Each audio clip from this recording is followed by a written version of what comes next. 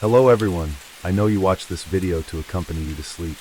So if you like this video, don't forget to like, comment, and subscribe. Also, don't forget to tell me where you are from and what time you watched this video. Let's jump straight into the story. Story 1. I live in Sydney, Australia.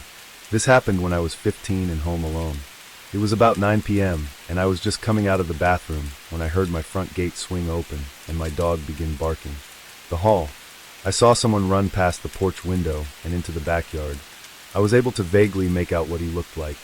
He was hunched over, had sickly pale skin, was wearing all black, and had long messy black hair partially covering his face. I went into the living room to see what was going on. My dog was still at the front door growling. Since I hadn't seen the guy return, this meant he was still somewhere in my backyard. I waited at the door for a while, when another, more normal-looking guy walked onto the porch and came right up to the security bars. I don't remember all the details, but our conversation went something along the lines of him saying, "Hey, have you seen my friend?" And I replied, "Yeah, I think he's in my backyard." He replied saying, "Okay, because I've been following this random guy all over the place. I think he's on drugs and might be dangerous." This struck me as weird though. What did he mean by this random guy? He had just called him his friend. He quickly walked away, going off into the darkness towards my yard. I should also mention that there's a door around back, but that also has security bars in front of it, and the door was locked at the time. I waited at the front door for a bit, then sat back down. After about 2 minutes of waiting, the guy I spoke with walked back onto the porch and looked in through the security bars. He now had the pale, potentially drugged-out guy with him. He was pacing back and forth in an agitated manner. I went to the door to see what he wanted. He said, "Hey, sorry man, I just found him. Look, he's really nervous, and he'd like if you unlocked the door and came out here, just so he could see that you're harmless." I felt a pain in my chest. The creepy, drugged-out guy had stopped pacing now, and was standing unnaturally still, staring me dead in the eyes. There was an uncomfortable silence. I didn't say anything. Stepped forward to push the French door shut, causing the second guy to lunge at me and shove his hand through the bars towards me. I jumped back and slammed the door shut with my foot, bolting it. I called my parents, and they called the police. The two men had gone. When the police arrived, they told me about a break-in that had occurred just down the street less than an hour ago. As far as I know, they never found the two guys. Looking back, it's likely that the first guy ran into the backyard to try to find a way in, and the second guy went to help him, which is why they were back there for so long. What disturbs me is the fact that they didn't want to just break in, nor did the fact that I was home to deter them. They wanted me to come outside to them, or to get into where I was. Thursday night, my mom was working a late shift at the hospital. My two brothers were away at college, so for the time being I had the house to myself. I had a couple friends over. We watched a baseball game, had a few beers, and they left through the back door. I went upstairs to the kitchen to put the remainder of the beers in the fridge and get ready for bed. I went to bed shortly after, and after a while of laying down trying to actually fall asleep, I heard light footsteps coming up the stairs outside my room. My mom was home. I heard her cough as she passed my bedroom door and entered the bathroom. Then she went back downstairs to the kitchen and started making a lot of racket with the cabinets and dishes and whatnot. I was way too lazy to get out of bed to go down there and ask her to keep it down, so I just texted her instead to stop making so much noise. I put my phone back on my desk and flipped on my side to try to get comfortable. Heard footsteps coming back upstairs quickly. My bedroom door opened and my mom stepped into my room. The hallway light outside my room wasn't on, so I couldn't make eye contact with my mom. But when I looked up, I saw my mom's figure. She stood by the doorway, looking kind of slouched over. I told her to stop making so much damn noise in a rather annoyed tone. When she didn't respond, I sat up and said, "The vibration on my desk let me know I got a text." And given that it was pretty late, I naturally checked my phone to see who it was. It was from my mom. She said, "I'm still at work." I dropped my phone onto my bed as I looked up at the doorway. That person standing at my doorway wasn't my mom. Even though I was panicking, I had to think on my feet. I said, "Mom, I need to get to sleep. Get out." I said this because I wanted to play dumb, act like I had no suspicion that someone had broken in. The person at my doorway didn't move, so I picked up my phone, texted my mom in a panic, saying there's someone in the house, I mistook them for her, and to call the police right now. My mom replied back, "Okay," in a matter of seconds. Something then broke the silence in the room. The voice of a woman, crackly and rough. She started saying something. It sounded to me like she was saying, "Don't know where to go," over and over. Her voice started getting louder as I realized she was approaching my bed. I screamed "Get back" as I fumbled for the lamp switch next to my bed. As the light turned on, I was faced with some old woman with white wiry hair with her wrinkled hands reached out at me, approaching my bed, repeating that phrase, "Don't know where to go." I screamed "Get away from me," as it seemed as though she was about to attack me. I jumped off the bed and ran out of the room and held my door shut. Seconds later, I felt her trying to push the door open as I put all my weight up against it to keep it shut. She started screaming, "I need to get out," and started banging on the door. I held this position for the longest time, and she was relentless. My mom kept calling my phone, but I couldn't pick it up. It wasn't until the cops arrived and knocked on the front door that I let go of the bedroom door and ran to them. The old woman immediately came rushing after me, but as I opened the door and yelled at the cops to stop her, they immediately pinned her against the wall. She was in cuffs and was put in the police car. I told them everything that happened, and I said based on how she was behaving and what I told them, she would need to be identified and evaluated to determine if she was mentally ill, and it later turned out she was to no surprise. I found out later that night after the cops left that after my friends left through the back door, I forgot to lock it, and that was how she managed to simply walk into my house. This definitely scarred me mentally in the sense that any time I hear something in my room while sleeping, I have to look up and make sure somebody isn't standing on the other side. Story 2. Before moving off on my own to California, I lived basically in the middle of nowhere on my dad's ranch in Colorado. It was a beautiful, huge property. I just never loved living in a rural setting. I found it boring. Plus, as that old cartoon Courage the Cowardly Dog stated, creepy things happen in the middle of nowhere. There had been a number of times that people had trespassed on our property, which is why my dad owned 3 different guns. There was one time he had to chase 2 men off the property with his rifle. About to tell you happened a few years back. I think it was in the middle of June. Story 3. I was home alone as my parents were on vacation together, and my little brother was out with friends, or at his girlfriend's house for the night. I don't remember. It was a hot night for Colorado, so I had all the windows open. I used to go to sleep pretty late around that time, so I think it was around 1 in the morning. I was still in the living room watching TV when I noticed the motion-sensing patio light turn on outside. Light would only turn on due to very noticeable movement by a person, so immediately I assumed it was my little brother returning home. To be safe, I got up and looked out the window. I didn't see anyone though. I took out my cell phone and called my brother real quick. He didn't pick up. To sit back down. Then it started. The knocking at the front door. Our door had a peephole, because obviously anyone coming to our house went out of their way to get there, so we'd need to know who was there before opening the door. When I went to go peek through the peephole, I didn't see anyone, so I'm immediately thinking ding-dong ditch. Possibly some local. I shut the blinds now, because I became paranoid that I was being watched. I shot my brother a text saying, "If I find out it's you, I'm not letting you in." Moments later, there was a knock right behind my head. So loud I actually jumped off the couch. There was a knock at the living room window, followed by what I can best describe to be 2 voices, one a deep male voice, one a higher-pitched female voice, saying, "We see you," simultaneously. Heart racing, I imagined it to be the most wishful thing I could think of, that it was my little brother and his girlfriend messing with me. In the moment it made sense, or maybe I just wanted it to make sense. The banging on the window didn't stop there. It kept going, but it moved to another window. This time the window in the dining room, where I didn't shut the blinds. From the angle I was standing at, I could see 2 figures at the window. No chance could I see anything about their faces. I didn't look at them as I ran upstairs to my dad's room to get one of his guns from under his bed. He told me exactly where he kept it just in case of an emergency. I loaded the rifle and ran downstairs to the dining room window, but they weren't standing there anymore. With a loaded gun, I felt a lot more confident in opening that front door and going outside to confront the situation. I stepped outside. I decided I'd do one full quick lap around the house and check on the cattle. I was no marksman, but I had the protective instincts for the property, and I was ready to use the gun if I needed to. The whole property seemed clear, and the cattle were fine. So I went back inside, checked every door, and went to bed upstairs.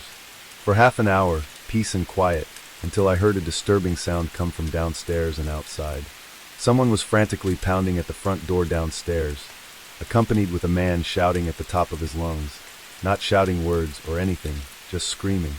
I grabbed the rifle next to my bed ran to the living room window, pushed it open, and fired a round outside into the dark night. The screaming and pounding stopped, and I heard 2 sets of footsteps quickly stomp off the wooden porch. And then there was nothing but the sound of the night crickets. The rest of the night nothing happened. Actually, nothing ever happened again until I moved out. But it was not my brother and his girlfriend. I found out the next day. My dad was proud of me when he heard I protected the property. I'm just grateful my dad has those guns, and I only agreed with his owning them even more after that. I was home alone one night in the spring. I was on a FaceTime call with my friend, at one point pacing back and forth in my room. When I passed the window and looked outside at one point, I saw someone outside on the street, just standing there, facing my house, facing my window. I looked a little more carefully, and determined he was looking up right at my window. I told my friend Jordan on the FaceTime call, and tried to show her. She said she couldn't see him, but to call my mom and dad. So I hung up with Jordan, and continued to look out at the man for a few more seconds. Then I walked away from the window to my bed, and called my mom. I had woken her up because it was like midnight. In short, she told me to just turn off my lights, and shut the blind, and he would go away. So that's what I did, but after a few minutes of dying in curiosity, I had to get up, lift the blinds, and peep outside. The man was now on the sidewalk, closer to my house, still looking up at my window. Now I called the police, and the operator asked me if the man was holding any weapons. I said not that I could tell. The operator then told me to ignore it, and if he didn't leave within 10 minutes, or if he stepped onto my property, to call the police again. She also told me that a patrol car would pass by my house just to scare off the man should he still be out there. So I hung up the phone and crawled into my bed. I called my friend Jordan back, and we talked on FaceTime while I was in my bed for about 5 minutes. She told me it was time to go check the window again, and so I did. And this time, the man was gone. I stood by the window with the blinds now up, waiting for the police car to pass my house. It took about 5 to 10 minutes of standing there on FaceTime with Jordan before I saw a police patrol car come down the block, stop briefly in front of my house, and a little spotlight on the side of the car being moved around my property and a few neighboring properties. The cop car drove away soon after, and that was that. That told me the man was gone, not on my property. So after finishing my FaceTime call with Jordan, we hung up and I went to bed. After laying in my bed for a solid 20 minutes, I heard a creaking or cracking like sound coming from outside. I got out of bed and looked out the window, but no one was there. So again, I went back to bed. A few more minutes went by, and there was another cracking sound coming from outside, this time louder. I looked over to the window from my bed and was in total shock when I saw a figure at my window. Upstairs bedroom, and suddenly the cracking noises made sense. He had been climbing up the side of my house. I went to the other window and screamed help over and over, hoping my neighbors would hear. I also got on the phone with 911 again and told them to send another car right away. The man at my window attempted to squeeze through the opening in the window, but seemingly gave up when he noticed one of my neighbors outside yelling something. The next time I looked at the window, he was gone, and according to my elderly neighbor who came to my aid, the man jumped down and ran away down the street. Cops came once again. This time I spoke to them and gave them all the info they needed. They said they'd be patrolling the immediate area all night and went on their way. I didn't get any sleep that night, but I think that man was scared off for good. Story 4. When I was 17 in my last year of high school, I was finally starting to hit things off with a girl I liked. I'll call her Lynn. Lynn was a big pot smoker. At the time it really wasn't my thing, but I went along with it just because. I live a couple blocks from her, so I always walked before I got a car. Across the street from her house is a park. Commonly at night she'd instant message me on AOL to come hang out at the park. Sometimes we'd just sit on the playground at night and talk for hours. Sometimes she'd convince me to smoke with her. It was always such a private place to hang out and talk, especially at night. A line of thick trees surrounded the playground as well, creating a wall of sorts. Well, one night we both snuck out around 12 and met at the playground in the park. We talked for a while. Then Lynn perked up, playfully hit me on the shoulder and said we should play hide and seek. It may sound immature for a couple seniors in high school to play hide and seek, but it just seemed like it would be fun. She told me to go to the trees and count to 30.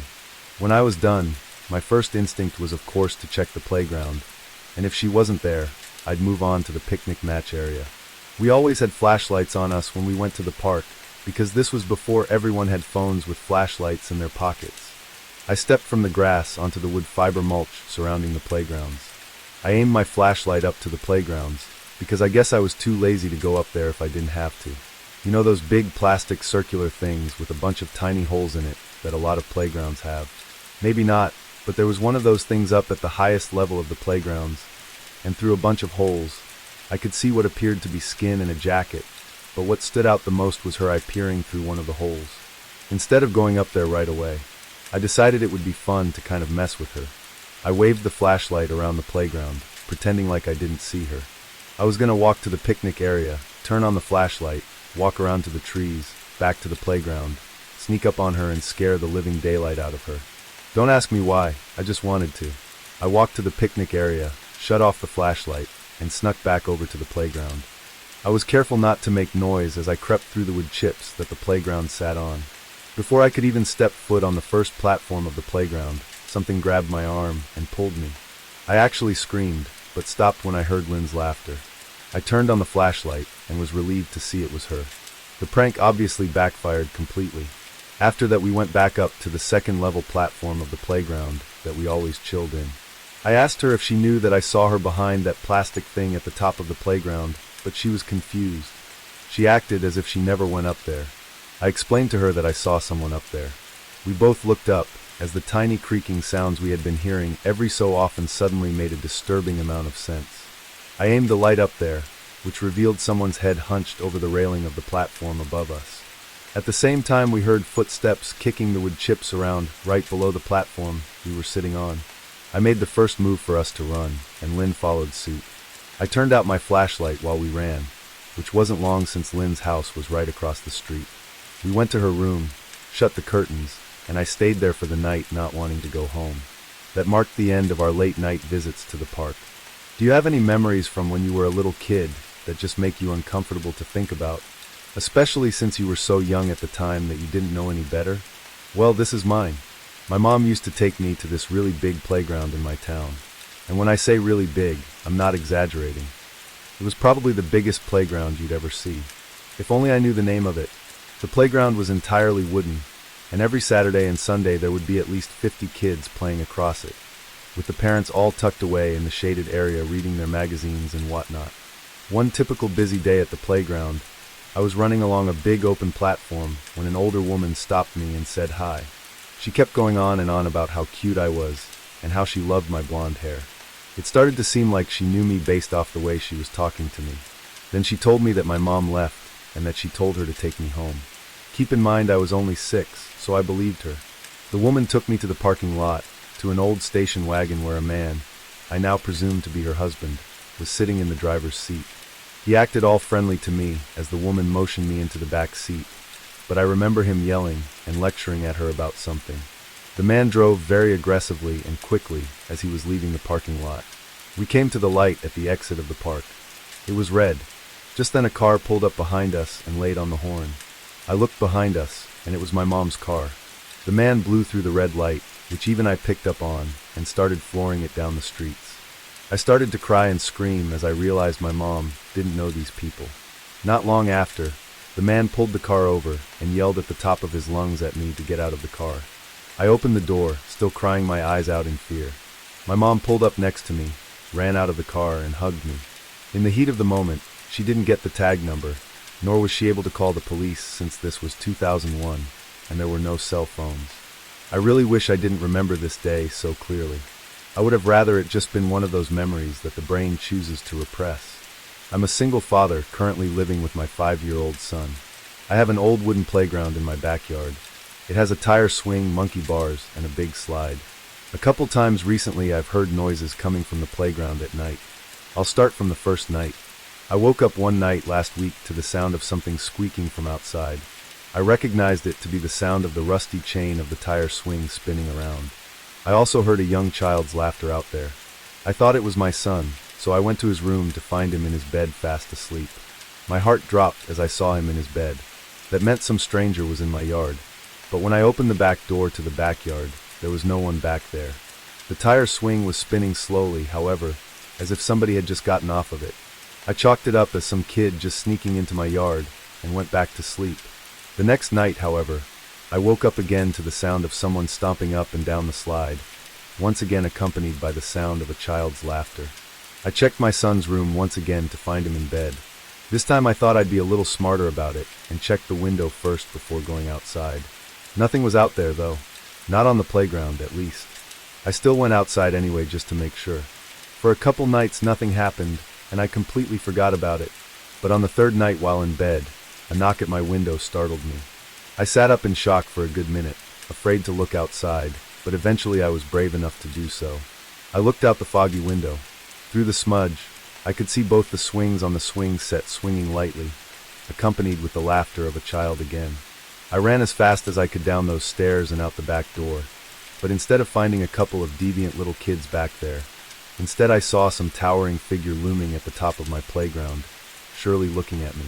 My courage turned to pure cowardice as I turned to run back inside, lock the door, and dial 911. The wait for an officer to arrive was the longest 20 minutes I'd ever experienced. By the time they got there though, the figure on the playground was gone. They took down what little information I could give them and left.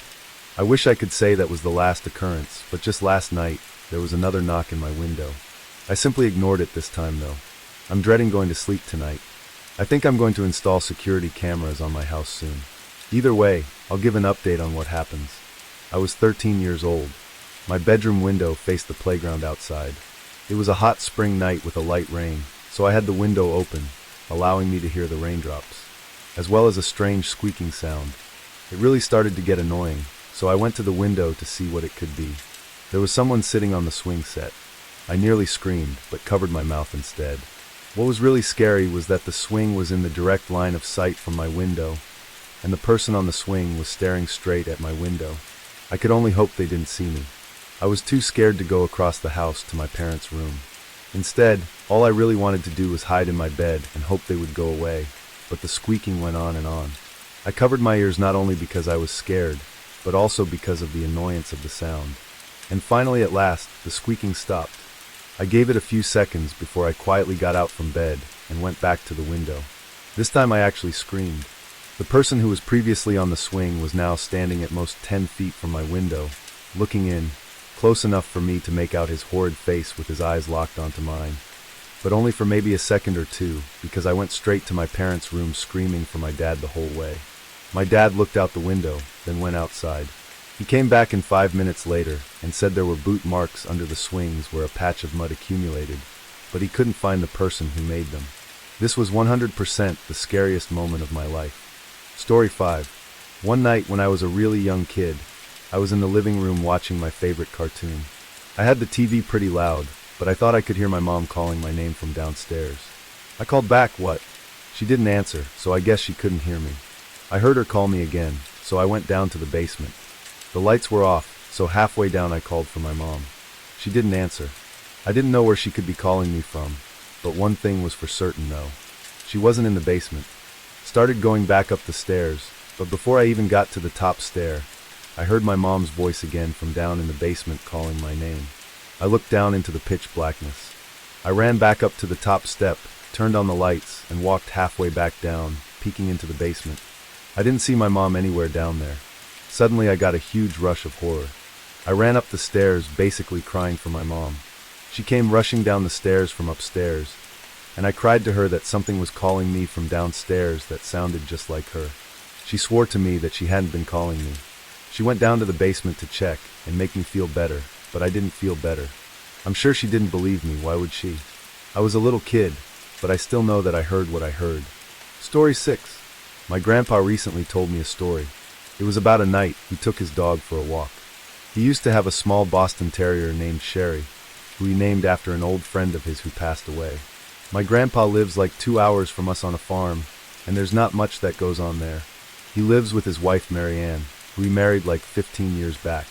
Every day, Marianne would take Sherry for a walk in the morning, and my grandpa would take her for a walk in the evening.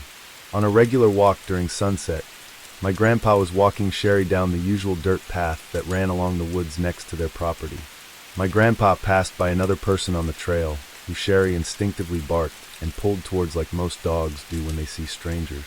My grandpa said hello to the stranger, who had a large hood up, but the stranger just walked past without even batting an eye. so he and the dog kept walking. Sherry kept looking back every so often and barking, however. The grandpa would tell him to shush and yank at the leash to keep him walking. Eventually, my grandpa would turn around to look at what Sherry could be barking at. The stranger who passed him by a few minutes earlier was stalking him from behind a tree in the near distance. My grandpa decided to pick up the pace as fast as possible. At his old age, he always carries pepper spray in his big coat pocket just in case. He was getting closer to the house when suddenly he heard clicks from the leaves on the ground inches behind him. But before he could turn, he felt the warmth of a glove cover his mouth and nose, preventing him from screaming or breathing. My grandpa says he could hear Sherry barking and biting at the stranger, which might have helped in loosening the man's grip a little. My grandpa says he struggled to grab the pepper spray out from his pocket, but when he did, he sprayed it at least 10 times and continued spraying it even after the man who was holding him let go and started to scream. My grandpa came as close as he could to a run to escape back to his house. Was perfectly okay. Story 7. Last year, a guy came to my house's door around 9 p.m. He knocked on the door, so I got my mom, and she went out to see who it was. By the way, we live in a rural area, so visits that late are extremely uncommon and strange. The guy talked to my mom about how he was opening a business, asked whether she liked American-made products, then handed her a Clorox container as a sample. He went back to his minivan and opened it to get a quote-unquote vacuum cleaner, when my mom saw 5 other men sitting inside. She told me to run and get my phone since we don't have a landline. I couldn't find it, so I got my knife and stood around the corner. She threw the container outside and told them to get the hell off her property, as well as that she was calling the cops. They peeled out of the driveway, and we never saw the car again. Story 8. I grew up in California for the first 14 years of my life. Our neighborhood wasn't the best, namely because it was an area that the Crips were known to reside in. If you don't know, the Crips are members of one of the biggest Los Angeles street gangs. My best friend, who I always called Stevie D, lived 2 doors down. We had other friends, of course, but we would often hang out just he and I. We'd usually ride our bikes together around town or play video games, just basic kid stuff. When we were 12, we were biking around the neighborhood one night and decided to visit a well-known abandoned house. It had been uninhabited for many years because no one would buy it for whatever reason. When we pulled up on our bikes to the front of the house, Stevie pointed to the window and said, "Look." I pushed my bike a little closer to the window and focused my vision on it. I could see someone peeking out the window. I couldn't tell if they were looking at us or not, but it was definitely a person's face sitting between the curtains. It was extremely strange considering the place had been unowned for years. We stared for longer than we should have, perhaps, and noticed something else that was strange. The person didn't move their face at all. We inched a little closer, onto the empty driveway, actually. Upon getting closer, it appeared to be a Halloween decoration or something, like a fake head. This meant someone had snuck into the house to put it there, to sneak in through the back somehow and check out the place. We hid our bikes on the side of the house behind an overgrown bush, then snuck into the yard. To our surprise, the back door was already unlocked. But when we came to think of it, it wasn't that surprising considering it seemed someone had already broken in to put that fake head there. We stepped into the house, but we didn't want to turn the lights on and expose the fact that we were in the house. It was dark in there, but not pitch black, so we could make our way through the house. We got to the living room first because we wanted to check out that fake head thing at the window. It smelled really bad in that room though. I picked up the head from the windowsill and immediately dropped it and screamed. I dropped it not because it was surprisingly heavy, but because it also felt like real skin. I saw a dark liquid pouring out from the bottom of the head that was now on the floor. It was blood. It was a real human head. There were 2 cracks in the ceiling above us. Stevie and I looked at each other with our mouths hanging open. We ran for the back door and got back on our bikes to get the hell out of there. Anyone in our immediate area learned pretty soon that the head belonged to a victim of the Crips, who apparently placed the head there as some kind of message. I don't think anyone knew the full story, but there was a good chance whoever placed that head there was still in the house, because Stevie and I both heard cracks in the ceiling above us, as if someone was coming downstairs. Story 9. I lived in a small college town, and my apartment complex was walking distance from the bar/downtown area. One weekday night, I stepped out on our front porch to smoke a cigarette or 2. I was up late studying. I brought my textbook with me and laid down on the stairs while I smoked. A girl who I had never met before, but who lived one apartment over on the ground floor, came home from downtown.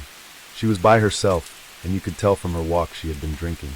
She got in her apartment and barely got the door closed before some guy, who came out of nowhere, knocked on her door. She opened, and I noticed he introduced himself, which was weird because it was like 2:30 in the morning. Who comes to a random girl's apartment at that time?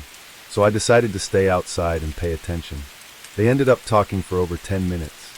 She later acknowledged how weird the situation was, but did not know how to end the conversation. He would do the creepiest things, like he reached up and struck her hair at least 3 times, and he would try to slowly inch his way closer to her in the door. I made a point of being loud with my textbook, so he would know I was there, and he disappeared as eerily as he came. We called the cops, and days later they had the girl and I sit with a sketch artist. As soon as the sketch was made public, floods of calls came in. Guy turned out to be a serial rapist who followed lone girls home from bars and pretended to be a cab offering them a ride. This girl just got lucky because she lived so close to the bars, he didn't get a chance to pull the cab routine. Story 10. I've always been an extreme sports person ever since I was little. Mountain climbing, parasailing, scuba diving, though I've always been an avid skier. I'd go upstate skiing at least 10 times a season, sometimes with friends, sometimes alone. My friend, who I'll call Q, agreed to come upstate and go camping with me, so we could do some backcountry skiing, which is basically skiing in the backcountry on marks or unpatrolled areas outside of a ski resort's boundaries. It was a 3-hour drive, then a decent amount of off-roading to get to where the hills were. I parked my truck at the bottom of a decent-looking area full of hills, but I also stopped there because I couldn't really drive out much further given that there were too many trees. Q and I then proceeded to unload the back of my truck of all our stuff, including ski gear and camping equipment. Then we hiked about a quarter mile, which was an incredible amount of work with all the stuff we were carrying. We found a perfect place to set up camp, right near the bottom of an uphill, and in a bit of a clearing between the trees. Setting up the tent and unloading our sleeping bags and equipment and such was first priority. When all of that was done, we started our hike up the hill to scout the area. We did a decent amount of hiking, but we also got a lot of skiing in. At one point Q and I lost each other while skiing down a bigger hill. I assumed I'd meet him at the bottom, or just find him eventually. I checked the walkie-talkie just to see if he'd answer, but he didn't, which meant he was probably still going downhill. At some point while I was walking with my skis at the bottom of the hill, I ran into someone. Another skier. He sounded very friendly under a ski mask, asking me where the best hills are, and if we were camping and such. He had his skis strapped to his orange backpack. I pointed to the hill I just skied down, and also pointed in the direction we set up camp. He said he and his wife were trying to find a good place to set up camp near other people, and asked if I could lead him to my campsite. As much as I really didn't want to trek all the way back there, I felt I had to be a good Samaritan and help this man and his wife. I pulled out my walkie again and said into the speaker to Q that I was going back to the campsite for a bit. I started to lead the man who was behind me, when suddenly I started getting some static from another end on the walkie. It seemed someone, probably Q, was trying to talk to me, but the connection was shit. Nothing I could do about that except for come back to this hill afterwards. It took a decent amount of hiking and small talk with the man before we reached the campsite. I turned around to him and smiled under my ski mask, which I realized instantly was pointless. He sounded very thankful for he and his wife. Then I finally asked him, "Where is your wife?" He didn't answer. He started to walk closer to me. At first I thought nothing of it, but for some reason, something about his skis and backpack just struck me. They belonged to Q. For a split second I thought, is this Q? Is he pranking me? But it was impossible. The voice was too different from Q. The man was a few mere feet away from me at this point, and he was picking up the pace to a more intimidating approach. I panicked and jumped into the tent to dig for my flare gun in my bag. The man grabbed my leg, which was sticking out from the tent, and then I felt a sharp, intense tingle in my leg, like a severe electric shock, followed by a burning heat feeling. I screamed in pain as I just managed to pull out the flare gun, push aside the door to the vent, and aim it at the man. He immediately backed up with his hands in the air, and that's when I noticed the knife dug deep into my leg. I ordered the man to tell me where my friend was. He answered quickly, saying near the bottom of the hill he found me at. I told the man to stand still while I called 911 to request an immediate rescue, but the man took off quite easily while I was on the phone. There wasn't much I could do with one single flare gun shot. I felt like I was waiting there in the cold with my bleeding leg forever. until finally the reassuring sound of a rescue helicopter swooped overhead, and I shot my flare gun. I cannot believe I was actually picked up by a helicopter, in which I helped locate my friend laying in the snow in the middle of the hill. He was unconscious, and he had also been stabbed twice in the leg, then robbed. He tried talking me through the walkie-talkie while he was losing consciousness, but the connection was bad. We both went to the hospital, but we're fine today. Story 11. I used to babysit in my teenage years. When I was 14, I babysat for a 6-year-old boy named Cody once. His parents left me with few instructions other than to order a pizza for dinner and not let him go in their room. They also left me with an interesting comment, that Cody tends to act different than other kids, and that he'll talk to himself or his imaginary friend, especially when he played with his toys. So it was midday pouring outside. I was watching some old Wipeout show that used to be on TV in the early 2000s. Cody was on the floor playing with his toys that were scattered across the living room. Cody kept using the name Agnes. He would act like he was playing with another kid who was sitting in front of him. One of his toys that were sitting across the room from him activated out of nowhere. I only found it weird because the toy was one of those little cube-like things with the crank where you pull it down and some simulated moving racing background came up on the screen. It was the kind of toy that would take effort to activate, and there it was, activated all by itself. I asked Cody how that was possible. He looked at me and said, "Agnes is playing with it." I have to admit, it was a little disturbing hearing him say that. I picked up the toy and turned it off. That night in the final hour waiting for his parents to come back, I was in the bathroom washing up when there was a knock at the door. I opened the door. Cody wasn't there. I looked into the hallway for Cody. One of the doors at the end of the hall started to creak open slowly, like really slowly. I turned off the light to the bathroom and walked into the room expecting to see Cody playing around, trying to scare me. Instead, Cody was sitting on the bed in the far corner of the room, looking at me. I asked him who just pushed open the door. Now truly freaked out, I went to pick Cody up off the bed and brought him to the living room where I spent the rest of my shift until his parents came back. I didn't mention any of the weird things that happened, but when they reached out to me to watch Cody again a few weeks later, I never called them back. Story 12. I've only used Craigslist once in my life, and the one time I used it I got a very sour taste in my mouth. Here's why. The guy posted an ad for a ping pong table that I wanted to buy for my roommate and I. We set up a time for me to come pick it up that night.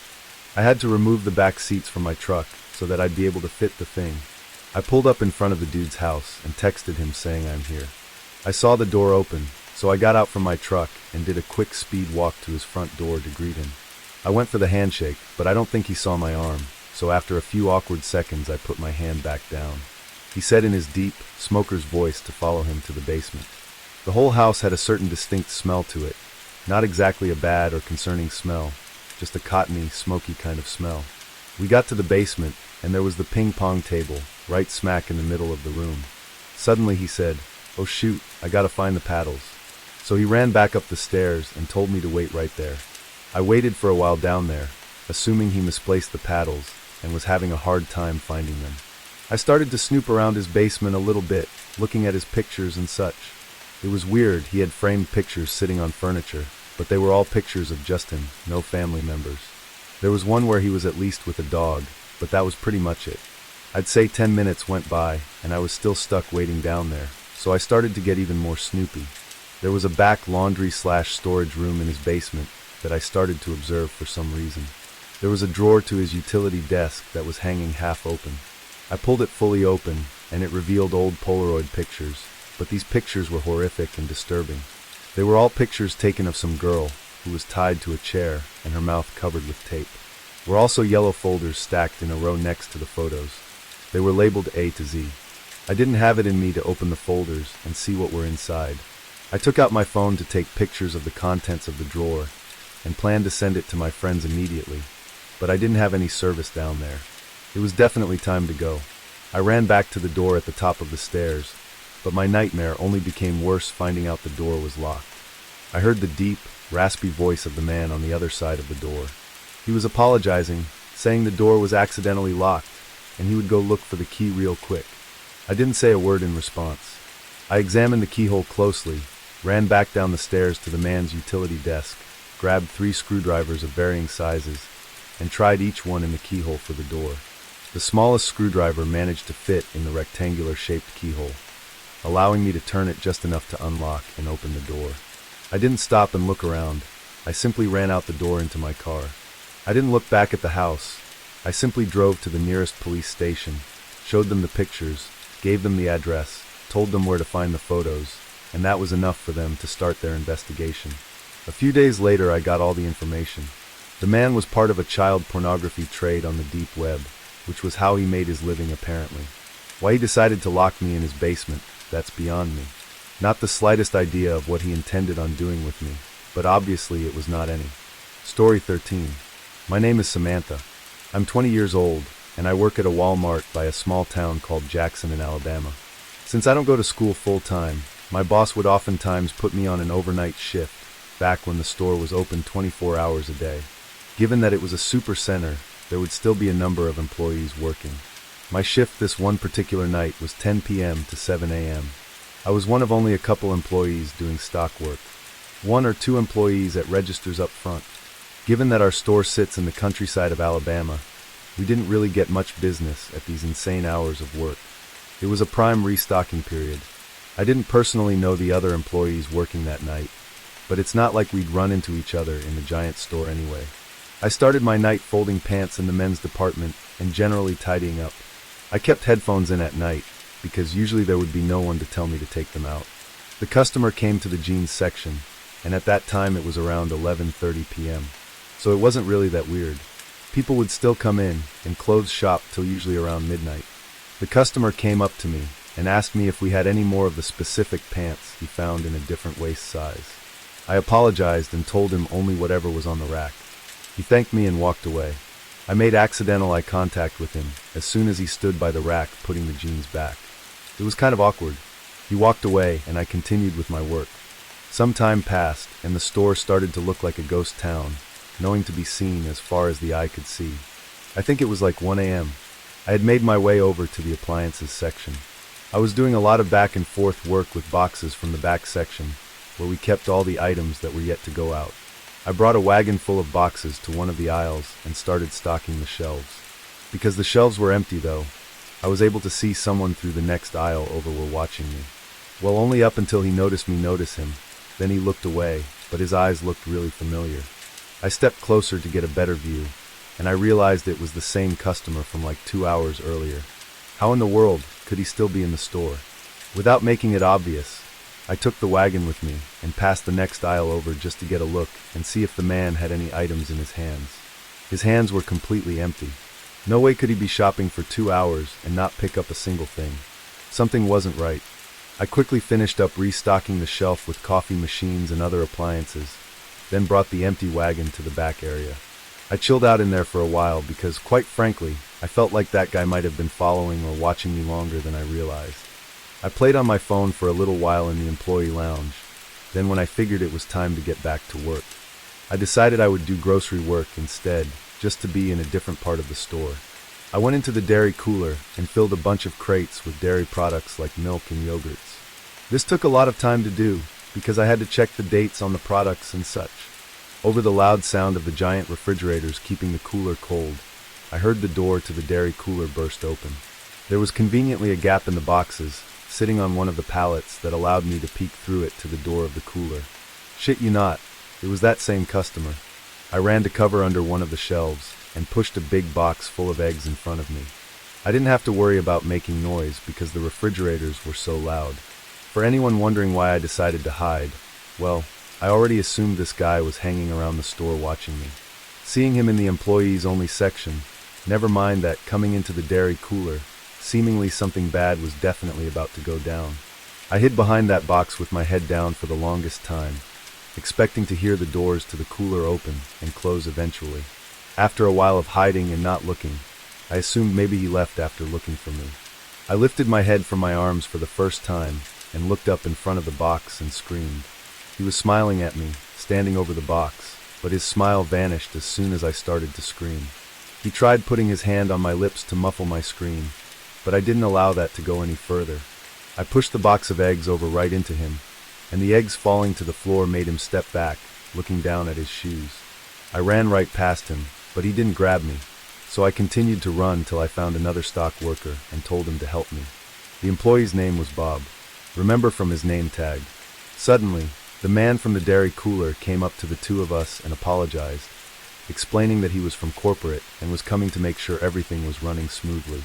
He said he didn't mean to scare me and was simply checking up on me in the dairy cooler to make sure I wasn't slacking off. This Bob guy seemed to believe it all, but then again he didn't seem very smart at all.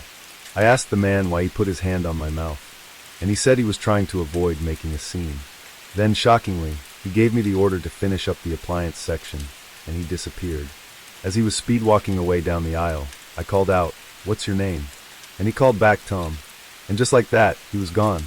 The next day, I called one of the managers and asked if there was supposed to be a visit from corporate the night before, and if a creepy man named Tom sounded familiar. My manager, Margaret, said it sounded like complete bullshit. There was no record of anyone from corporate named Tom who was supposed to come visit, nor would anyone from corporate ever be in the store at 2 a.m. They then went ahead and checked the camera footage, and a police report was filed when they realized this was a random man. And the cameras proved this man had been stalking me between the aisles for the better part of the first few hours of my shift.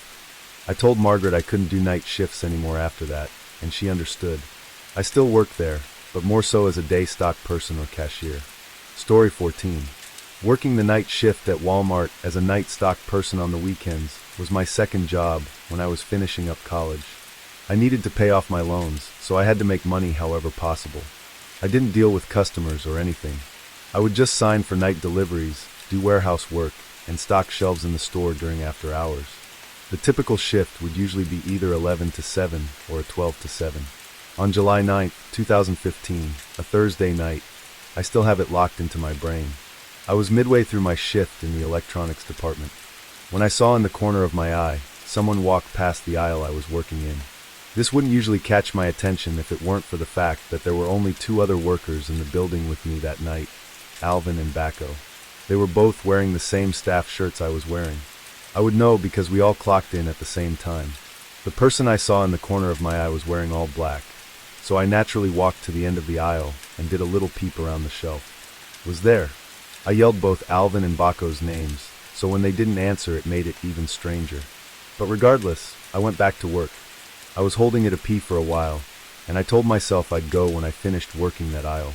Seconds later, there was a huge crash a few aisles down. It actually startled me. I ran over to see what it was, and a bicycle was somehow knocked off its hook. The hook was still fine and in place. It seemed like someone would have had to put effort into knocking this down. I hung it back up and started walking around the aisles, suspicious as hell. I got to the last aisle towards the back of the store, which was the paper and cleaning aisle.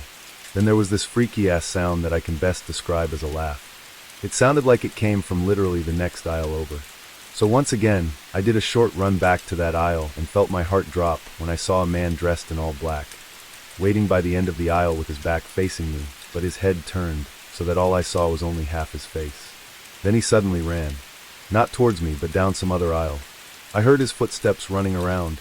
I was faced with a choice of chasing after him or going to find my two co-workers, and I chose the latter. All the while, I heard these freakish laughing sounds and footsteps that I honestly felt like were circling me.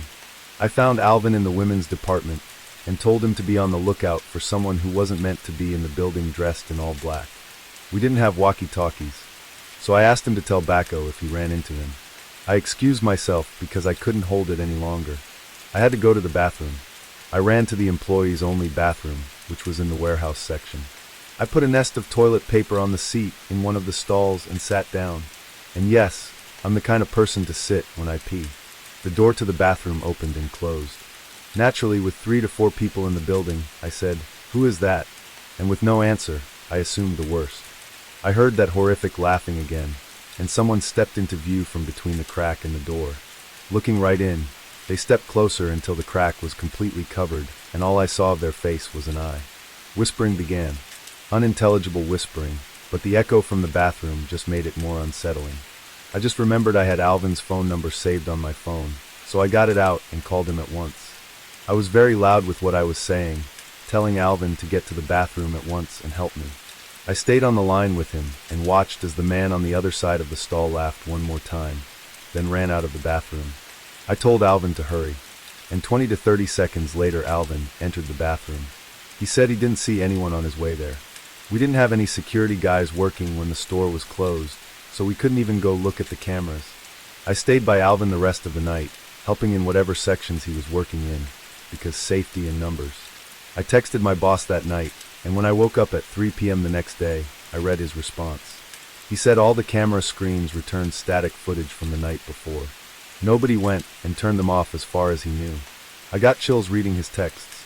He believed my story and assumed it was related to the cameras, but with no video proof of a breaking and entering or trespassing, I don't think there was anything he could do. It was all above my pay grade though. That was the only night shift I've ever had where something truly unexplainable happened. Story 15. Just one place you can go to and find the weirdest, freakiest creatures in our society.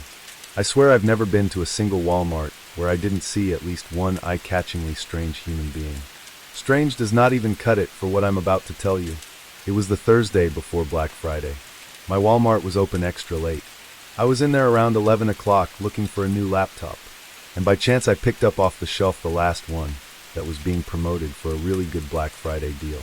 As I grabbed it though, some big, revolting, dirty-looking guy comes up to me and insists he needs a laptop very badly. I nervously said I'm sorry, it's the last one. Then he got angry at me and started making a bit of a scene. The man clearly wasn't normal, and my heart started racing simply because I don't get put on guard in these kinds of situations a lot. As others looked on at the commotion this big guy was making, I walked away with the laptop box quickly and went straight to a line. He kept yelling at me as I walked away. It was unbelievable. Some other customers on the line even tried to laugh with me and make me feel better, saying the guy was a nut. So I get home. My family's all asleep already. I go outside to sit in the yard by the pool and set up my new laptop. Then the light on the side of the house turned on. The one that turns on due to movement. I went to check the side of the house to make sure no one was there. Would that thing go off once in a while? Yeah, but there's a small patch of woods right next to the house, so animals would often run on the property, triggering it. Either way, I'm kind of a big pussy, so I went inside, locked the door, and finished setting up my laptop in the living room. A car alarm suddenly started going off outside. I recognized it to be my Cataly. I looked out the window to confirm this. I ran to get my keys upstairs, then tried pressing the panic button to turn off the alarm. It didn't work from the inside, so I stepped out to the porch and clicked it off. But then I noticed a car parked in front of our house that wasn't there earlier when I got home, and any cars parked in the street on our block was suspicious enough. We live in a closed-off community, and everyone has huge driveways. I stepped down from the stoop and realized there was someone sitting in that car. I went back inside and locked the door. I went to my mom's room and told her I think someone outside means us harm.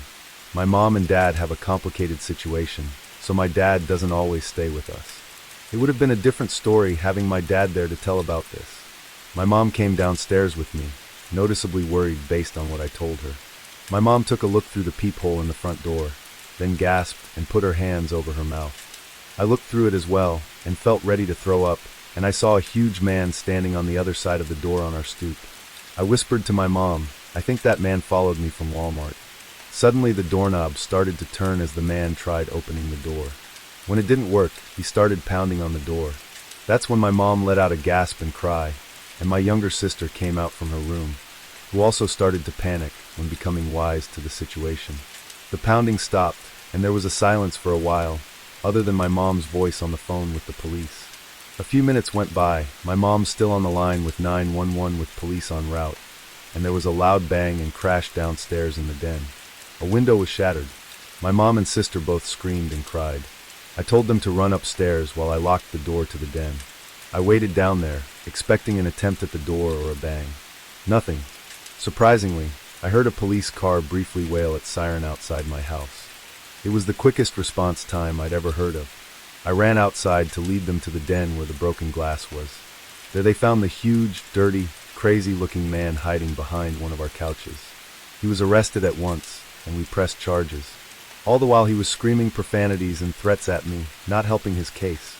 Both cops told me the guy seemed unstable and on some kind of drugs, but told us to get a good night's rest because he wouldn't be bothering us again. So while it may be fun to people watch at Walmart and laugh at some of the goofy things you see, realize you may also find some of the more dangerous people in our society in your local Walmart.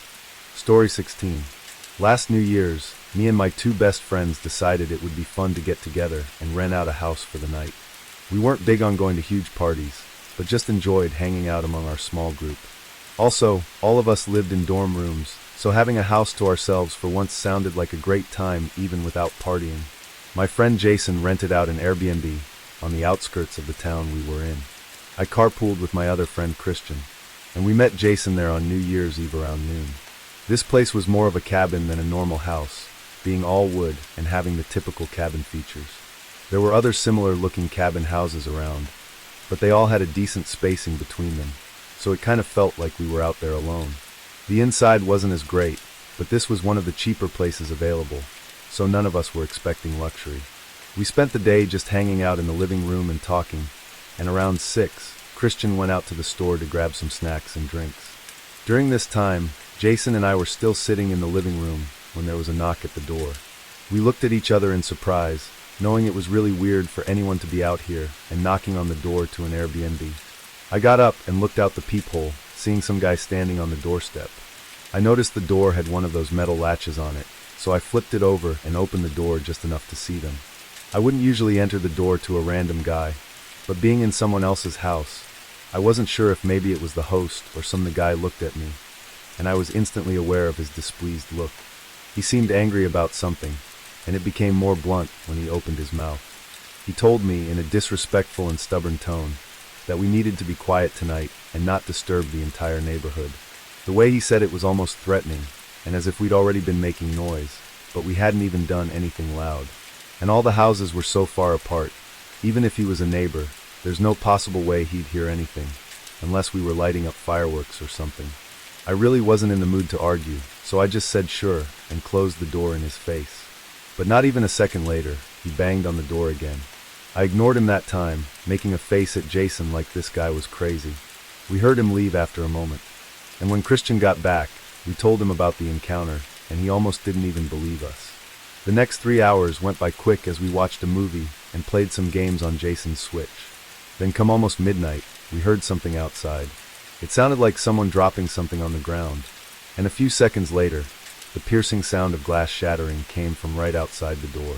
All of us stood up and ran to look out the window, seeing that same guy from earlier standing by Christian's car, which now had glass covering it from his shattered windshield. The guy was holding a metal baseball bat and looked like he was in some psychotic state, pacing around and just going crazy. Christian was pissed, going to the door and storming outside to confront him. Both Jason and I went to stop him, but before we even got to the doorway, a gunshot echoed through the cabin. I stopped in place, knowing what had likely happened, but it almost felt like a miracle when I saw Christian sprint back inside and lock the door behind him.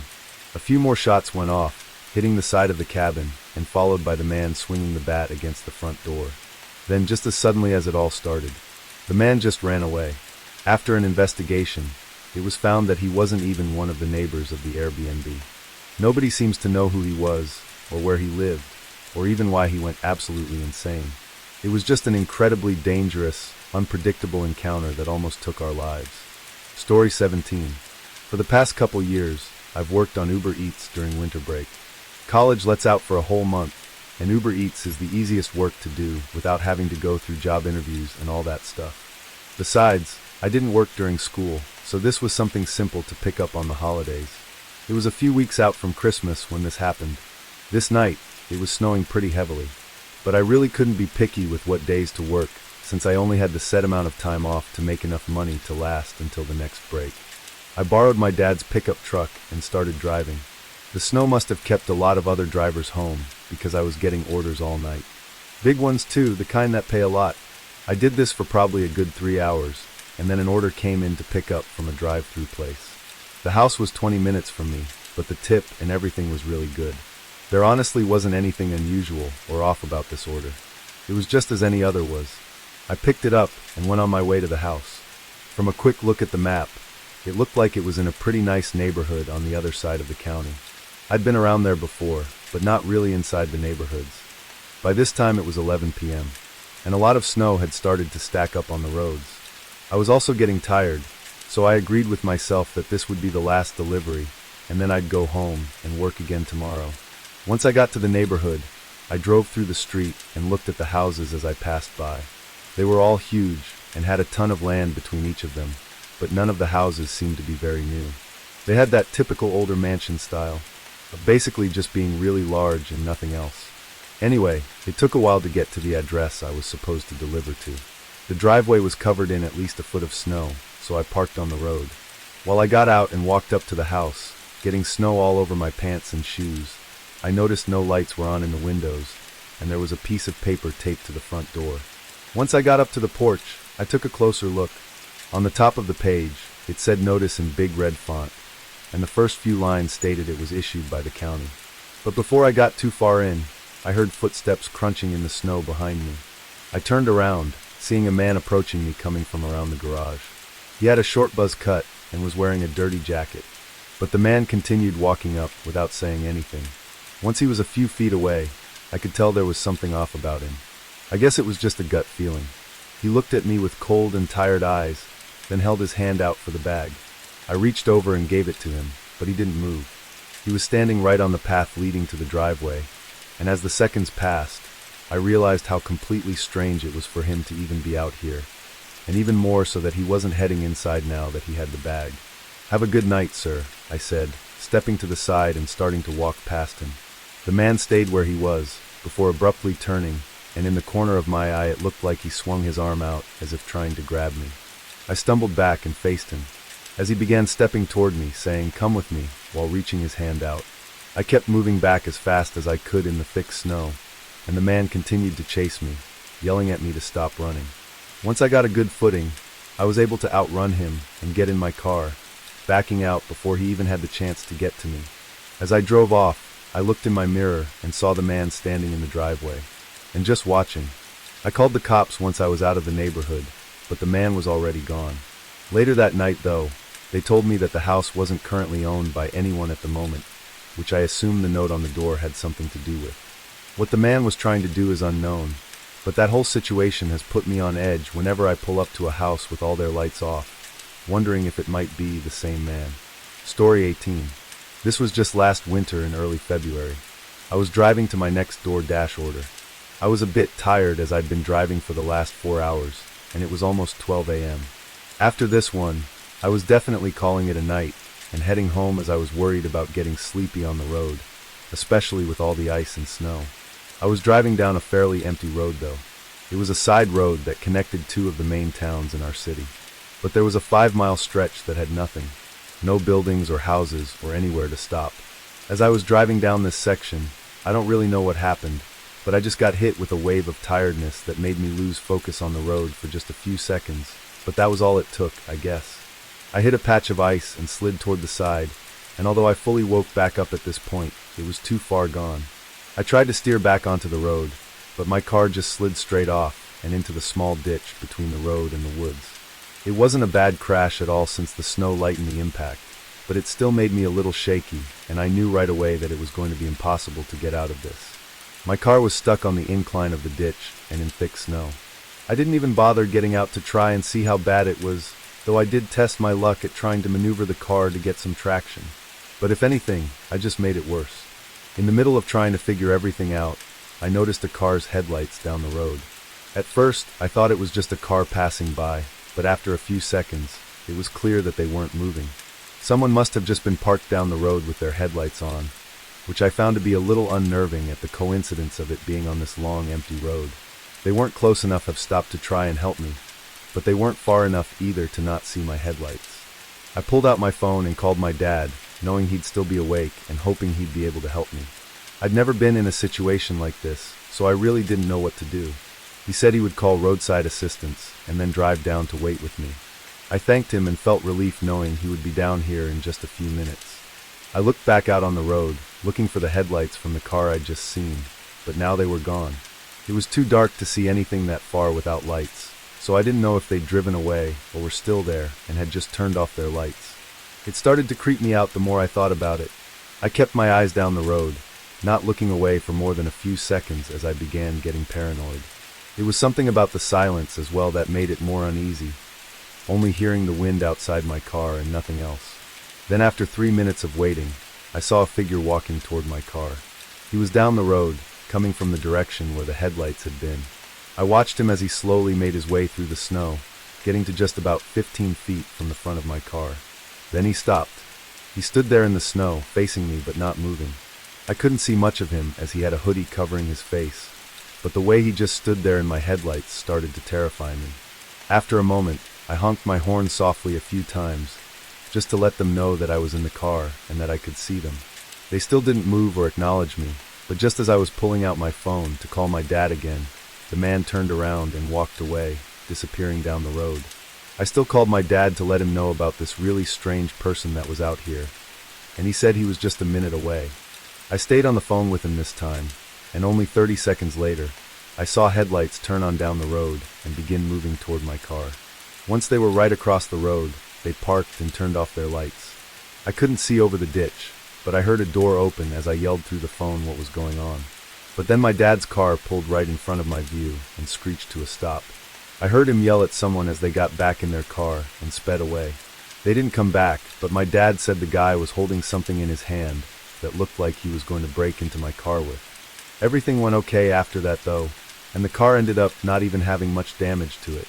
I'm not sure what was about to happen that night, but I know I'm really lucky to have not found out. Story 19. This happened in 2015. I had just moved to a small house far from my hometown the year before, so I was still getting used to the area and hadn't met many people yet.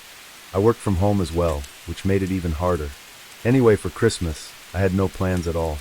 My family was too far, and I didn't have enough vacation time to go out and see them, so this was actually going to be my first Christmas alone. On Christmas Eve, I stayed up working, figuring I'd just get ahead on some things so I didn't have to worry about doing anything on Christmas Day. I was working in the living room, listening to music as well. When through it, I heard something coming from outside. I pulled out one of the earbuds and listened, but didn't hear anything else, so I got up and looked around. With my earbuds in, it was hard to know what direction it came from, but I was pretty sure it was outside the house, not inside. I looked out the back window, not seeing anything, then moved to the front window and again saw nothing. But then I looked out the front door. On the porch were a set of shoe prints in the snow. They led right up to my doorstep and then back out to the driveway. There was no mail dropped off or anything at all on the porch, just the shoe prints. It was really strange and made me feel a little anxious, not knowing why anyone would be walking up to my doorstep at 11 p.m. on Christmas Eve. I made sure the door was locked and went back to work, then got in bed soon after. It was a bit strange waking up on Christmas morning, feeling like it was any other day. I brewed a cup of coffee and sat on my chair to watch TV. I think I spent the whole morning just sitting there and watching shows and movies. I gave my parents a call and talked to them for a bit, but that was really about all I did. I thought about going out, but it was really cold and the wind was really strong, so I just stayed in for the day. I had basically done nothing all day and made some dinner, planning on going to bed early. But then I heard something outside. It was the shuffling sound of footsteps in the snow, coming toward the front door. I stayed quiet, knowing nobody should be here.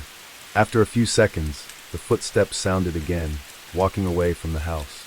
I went up and checked, seeing almost an identical scene to what I saw the previous night. After that, I forced myself to stay up later. I kept my eyes open until probably around 10, before I guess I fell asleep on the couch. I remember getting really tired and trying to stay up, but I didn't plan on falling asleep out there. When I woke up, the TV was still on and flashing light throughout the dark room. I sat up and paused it, then got up to go to my bedroom. As I walked down the hallway though, my eyes instantly locked on my bedroom door. It was open, but I knew I always kept it closed. I walked over and pushed it open wider, then flicked on the light. Wet shoe prints were scattered around the floor, going to and from the window. In a complete state of shock, I spun around and turned on the hallway light, now seeing more shoe prints going down toward the living room. I followed them, but they stopped right outside the living room, looking like they'd turned, and went back right after seeing me on the couch. The shoe prints were nowhere else in the house. Police did what they could, but if I'm being honest, they weren't of much help. The current theory is that the man had come by the previous 2 nights to see if I was home. After not answering the door though, he likely thought I was away for the holidays. I know it's likely that he only broke into my house to rob me, but still, it's extremely disturbing, especially since I was at home sleeping when it all happened. Whoever it was though, they never came back. This happened last January. I had taken a week off of work following New Year's, mostly in hopes that everyone else would be back at work by then, and I could enjoy the week without it being busy everywhere. My plans consisted of shopping around and really just chilling at my apartment by myself. On this day, I was out driving around in the snow and going to a few stores, then made my way back to the apartment by 7 p.m. I went inside and cooled off, then took a seat on the couch with some snacks I had just got. I was watching TV and even dozing off a little bit from the long day out of the house. But then at some time around 8:30, the PA system in my apartment buzzed, meaning that someone was outside and wanting me to let them in the building. I had no plans of anyone coming over, so I had no idea who it was. They buzzed my room again, so I got up and went to the window that faced the front of the building. I tried to not lift the blinds too much, only enough for me to see who it was. At the door to the apartment building was a large man. It was still snowy out and kind of dark, but I could tell he was older, like mid-40s, but I had never seen him before. There were only 3 other people living in the complex at the time, so I was at least familiar with who lived here, and he was not one of them. I also figured that if he did live here or was visiting one of the other people, then they would let him in. I walked over to the PA system and muted it, then got back to the couch and continued watching TV. I really didn't put any more thought into it, and even dozed off several times in the next hour. Eventually I shut off the TV and went to bed. By then it had to be around 10. I fell asleep just about as soon as I laid down. A few hours into the night, my eyes shot open to a thud from just outside my room. It was extremely loud, but having just woken up to it, I didn't know what it was or exactly where it came from. My heart was racing as I stared across the room at my door, listening for anything else. It was very quiet now, almost like nothing even happened. I got out of bed, slowly moved toward the door, then leaned my ear against it to listen to the other side. It was still quiet, nothing more than the walls creaking from the building. I turned the handle and looked out into the living room, not seeing anything out of the ordinary. The whole place was really dark though, and for some reason I still felt like I needed to be quiet and not make myself known, so I left the lights off as I moved through and looked down the front hallway. The door to my apartment was fully open. I froze up, staring at the open doorway and feeling fear run through my whole body. It almost didn't seem real. I took a few steps back, staying quiet, and made my way back toward my room, and now on the other side of the door, I could see a huge dent in the wood right by the knob. Once I saw that, I ran in and locked it behind me, then called 911 while hiding in the closet. I was sure that whoever it was had to be somewhere inside my apartment still, and it would only be a matter of time before they get into my room. But as I waited for the police, the apartment stayed silent. Whoever had broken into my apartment was gone. Even the police couldn't find anything to help in finding them. What they think happened is the intruder tried buzzing all the other rooms as well until one of them was nice enough to let them in. Once he was in the main stairwell, it's not really clear why he chose to go for my room. Maybe they thought it was empty. What's really strange is the dent on my bedroom door, which was likely the source of the thud that I'd woken up to. But it was just one single hit, not looking like a real attempt at breaking the door down, but more like something out of frustration before he left. I still live in the same apartment, and nothing else has happened. Who it was and what they wanted is unknown. Story 20. Work part-time at a gas station in my city. It's more on the edge of the city, near the suburbs, and overall is just a very typical gas station. It's not super creepy or isolated or anything like that. I only really chose to work here though, because rent prices were going up, and my other job wasn't cutting it. The only shift I could do to work around my other schedule was overnight, and gas stations are one of the few places offering those shifts. Anyway, this was just 10 months ago. It was pretty cold out this night, and there was some snow on the ground still from a heavy downfall a few days ago. But other than that, the night was going pretty typical. Being in the suburbs, there's not a whole lot of traffic going around the gas station. It's mostly just a couple cars passing by every once in a while. By 12, only a handful of cars were coming into the gas station every hour. After a bit, I got bored enough to leave the front desk and walk around the shop, rearranging the items on the shelves to look nice. And it was just a couple minutes later that I heard the door open. I turned around and saw a man walking in, right up to the front desk. He leaned over the counter and looked both ways, as if he were looking for someone to help him. The man turned and looked at me, almost as if I'd scared him. But then he hesitated before saying, "No, I'm good," and walking out of the store. It was fairly obvious he did need help with something, but seeing that made me quickly think of the possible robbery he was plotting. I did work at a gas station after all, so it was kind of always in the back of my mind. I watched the guy go outside and into a car that was parked in a very strange spot, kind of near the pumps, but not actually in the parking section. He got in and drove away. I had no way to tell if he was actually planning something, but all of the signs pointed to it. I figured maybe being behind him when he walked in and not at the counter threw him off, and somehow that was enough to deter him. I was confident after a few minutes of thinking that this was definitely an attempted robbery, and I called the police to report it just in case they were going to try a different gas station. They said an officer would come by in just a couple minutes to get a report, so I hung up and waited, but not even a minute later that same car pulled back into the parking lot. They went right to the spot that they had parked before then, just waited there with the car on. But I was almost positive that I could see movement in both of the front seats, like there were at least 2 people in there.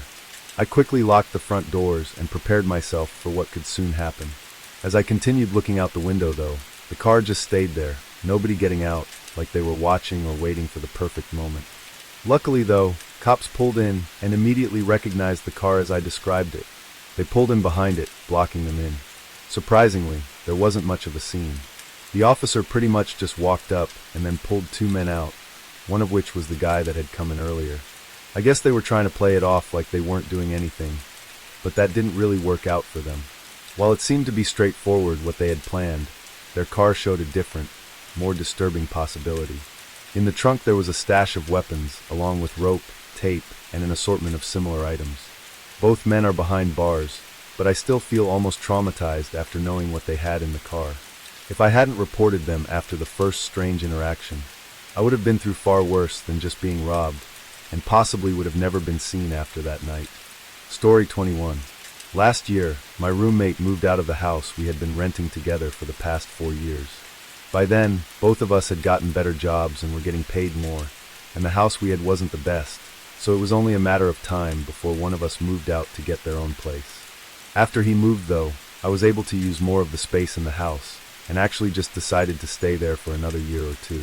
This happened during this time in early December. Our area was going through a week of some pretty bad snowstorms, and the office I worked at allowed us to work from home for a few days if we wanted to. Obviously, I chose to take the offer. I used my old roommate's bedroom as an office and worked throughout the day, but at one point while I was working, there was a knock at the front door. I left the room and checked who it was. There was a man on the porch in a heavy winter jacket. He didn't seem to be a worker or delivery person of any kind, just some regular guy.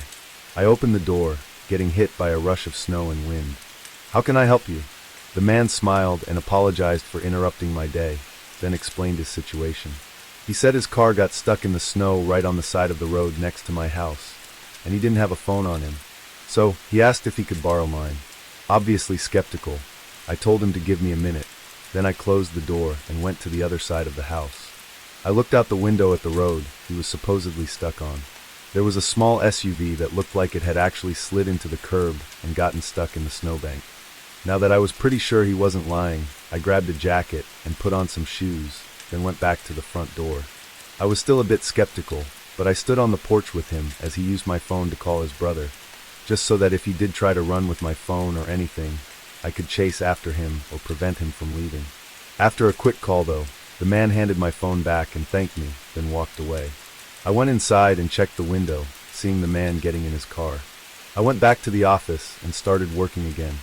Around 7, I felt like I'd done enough for the day and took the rest of the night off. It was then that I remembered about the man and his car and went to check on it, but I was surprised to see that the car was still there and I could see the man moving around inside. It had been almost 3 hours by then, which made me wonder how he was still there. Maybe he was waiting for his brother to get off of work and pick him up. I didn't know, but I went to the kitchen and made some dinner, then sat on the couch to watch TV. I stayed up until about 9:30, then went upstairs to shower and get ready for bed. I turned the water on and got in the shower, but a few minutes in, there was an abrupt and sudden banging on the front door. It was loud and harsh, completely jump-scaring me and putting me in a fear-induced frozen state for a moment. The banging was so loud, it was shaking the walls, and even across the entire house, I could hear that it was coming from the front door. They were hitting it non-stop, and I could even hear them aggressively shaking the door handle. It was such a sudden burst of chaos that it was hard for me to know what to do. I turned off the shower and quickly got dressed, but as I left my room and walked down, the everything stopped. It was just silent. No more sounds at all. I stopped in place, hearing only the wind from outside and feeling the eeriness set in before I slowly walked downstairs and up to the front door. Nobody was there anymore. I quickly ran to the window, seeing that the car was still there, but the man was not inside of it. Not knowing what to make of any of it, I called the police. When they came, they noticed multiple sets of shoe prints in the snow, but they were covered up by the storm soon after. They took the license plate of the car though and found a picture of the owner, and from what I could tell, it was the same guy that I'd helped on my porch. In the following days, they waited for him to turn up, but as far as I know, he never did. It's really disturbing to think about what could have happened that night right outside my door. Was it that same man desperately trying to get in for some reason, or someone else with a more malicious intent? It seems most think that it was the man running from someone and trying to get help, but what happened afterwards is still up for debate. Nothing is really known about that night. Where the man is now and what he was running from are just a few questions on a long list that will probably never be answered. Story 22. It was a snowy night when I pulled into the parking lot of my gas station. I worked the overnight 11 to 7 shift and had been at the job for several months before this. I really didn't like this job, but finding somewhere else to work was really difficult, and due to how some things were in other aspects of my life, night shifts were the best for my personal schedule. Still though, I went in tired every night and struggled to get through every shift. I parked in front of the building beside the only other car in the parking lot, which was my coworker's. Then I went inside and relieved him of his shift. He left a couple minutes later, and then it was just me for the rest of the night. My manager had a paper on the desk with some things to get done, but from reading it over it wasn't all that much. My guess was that it would take no more than an hour total to complete all the tasks, so I tried to put it off as long as possible, to save me from falling asleep once I started getting really tired. But as I sat there behind the desk, and somewhere around 12 a.m., a car pulled into the station. I glanced out the window, seeing an old SUV parked by one of the pumps. Of course, with it snowing outside, most people were not driving around, but getting a customer every once in a while was normal. I went back to my phone and scrolled through some videos, not paying much attention for probably 10 minutes, until I looked back outside and saw the SUV was still there by the pump. The headlights were off and the doors were closed, looking like they should be pumping gas, but it had been so long. I stood up and got closer to the window, looking down both sides of the building, but nobody was anywhere outside. If they had been in their car for the past 10 minutes with it off, they'd have to be freezing. It was snowy, windy, and cold, so I honestly got a little nervous for them. I paid more attention for the next few minutes, waiting to see any movement through the dark windows, or for someone to get back inside their car, but there was nothing. It was like the car was just abandoned right next to the pump. After some thought, I put on my jacket and went outside. Immediately, I knew I was right. It was way too cold for anyone to be in there with the car off, or for anyone to even be outside for more than a few minutes. I rushed over to the car and looked around, then put my face close to the window and tried to look inside. "Hello? Anyone in there? Just checking to see if you're okay." I called out, but from what I could see, there wasn't anyone inside. It wasn't exactly easy to see, so someone could have been, but I was pretty sure there wasn't. Now even more confused, I backed up and looked around at the empty gas station parking lot before starting to walk back. Now with my eyes not focused on the car, I was just looking at the ground and noticed shoe prints in the snow going toward the building. Not really the front of the building, but kind of off to the side. I looked back, saw that they seemed to come from the car, but at this point I was freezing and didn't want to investigate further without warming up a bit first. I entered inside and turned on the small heater next to the counter, putting my hands in front of it to warm them up. I was only inside for 30 seconds to a minute though, before a thump resonated through the building from behind me. I spun around, not seeing anything, then walked around the counter and toward the back. On the floor, there were puddles of dirty water, like snow that had melted off someone's boots. Feeling a chill run through me, I stepped closer to the back room and turned the corner toward where the supply room was. Standing in the dark behind one of the shelves, I could see the outline of a figure. They were tall with broad shoulders and had a large, scruffy beard, and they were looking right at me. My heart stopped for a moment, but after the initial shock, my reaction was to just walk back to the counter. I don't know why, maybe I was just too shocked to react appropriately. After staring at the doorway to the supply room, for I don't even know how long, I quietly picked up the store phone and called the police, whispering for help. Then I endured the most unnerving 10 minutes of my life as I waited. During this time, I didn't hear or see anything from the supply room, which honestly added to my fear. For some reason, the man never came out to confront me. When 2 cops finally pulled in and came inside, I quietly told them where the man was. They searched the room while I stayed by the front, but I was shocked when they came out with nobody else. The man was gone. Watery shoe prints surrounded the back door, but outside were fresh tracks in the snow going straight away from the gas station, straight into the completely dark, empty field that led on for miles. Obviously nobody could search that at night, but even when they did in the following days, they didn't find anything. I mean, the field was huge, he could have gone anywhere, but it was so cold and windy that night that I was almost sure that they'd find a body. The SUV was taken in for hopefully more information. I don't know how or why, but for some reason they couldn't find any history of ownership, so that left us with just what we know from that night, and we are still left with just that. Who the man was and what he was doing remains unsolved, and where he is now is just as much of a question. Story 23. I do Uber Eats on the weekends, and sometimes on days when school is out. This happened just a couple weeks before our school's holiday break. It was a Friday night, and I didn't have any plans at all, so I figured why not make a few bucks instead of being bored and laying around the house all day. I started driving and set up the app to start getting orders. It wasn't snowing out, but it was really cold and windy, and there was still a thin layer of snow on the roads from earlier in the day. I think it was 6 p.m. when I started, and I did a few orders before I got one to pick up from a nearby Burger King. Once I got the food, I checked on the app where I was going. It was clear at first that it wasn't a house address, but when I zoomed in, I was a little more confused to see it was at the corner of 2 streets, looking like maybe a gas station. Although finding it to be unusual, I clicked begin route and started driving over. I didn't think it was anything bad, I just thought it was going to be an awkward interaction, since I'd probably have to find the person in the parking lot and give it to them directly. Usually I never see the customers and just do a quick drop off. As I got closer and drove up to the intersection it was at, I saw that it was a gas station that was right in the spot the directions were taking me. The gas station itself looked normal, but no cars were in the parking lot. I pulled in and parked in one of the spots at the back, then stayed in my car and tried to look around for anyone. The app should have let them know that I'd arrived, so I was expecting someone to be out here waiting for me. But even after a couple minutes, nobody was here. I sent a text through the app, just letting them know that I was in the parking lots and waiting for them. Then I got out of my car to see if I could get a better look around. The whole intersection was empty. No cars were passing by, and all the stores across the street seemed to be closed for the night.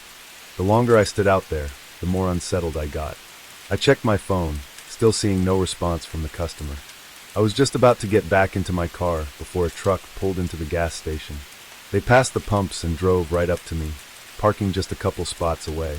It was an older, dark red pickup with tinted windows. The first thought to come through my head was why would they order for delivery if they were just going to end up driving here anyway. I'd thought before that maybe they were a worker at the gas station or were just hanging out here for some reason. But now this was far more suspicious than it already was. The driver door opened and a man stepped out of the truck. From one look at him, he had a very disheveled appearance, like something you'd expect from someone living on the road. Even his clothes looked dirty, stained, and torn. As he got out, I held up the bag with a slight smile, but the man didn't even look at it. He kept his eyes locked on me as he approached, and something struck me, giving me the feeling to get out of there immediately. I set the bag on the ground, and almost right away, the man started walking faster, as if he knew I was going to leave. I got in my car and started backing out just as the man got up to my door, but then he ran right back to his truck, leaving the food on the ground.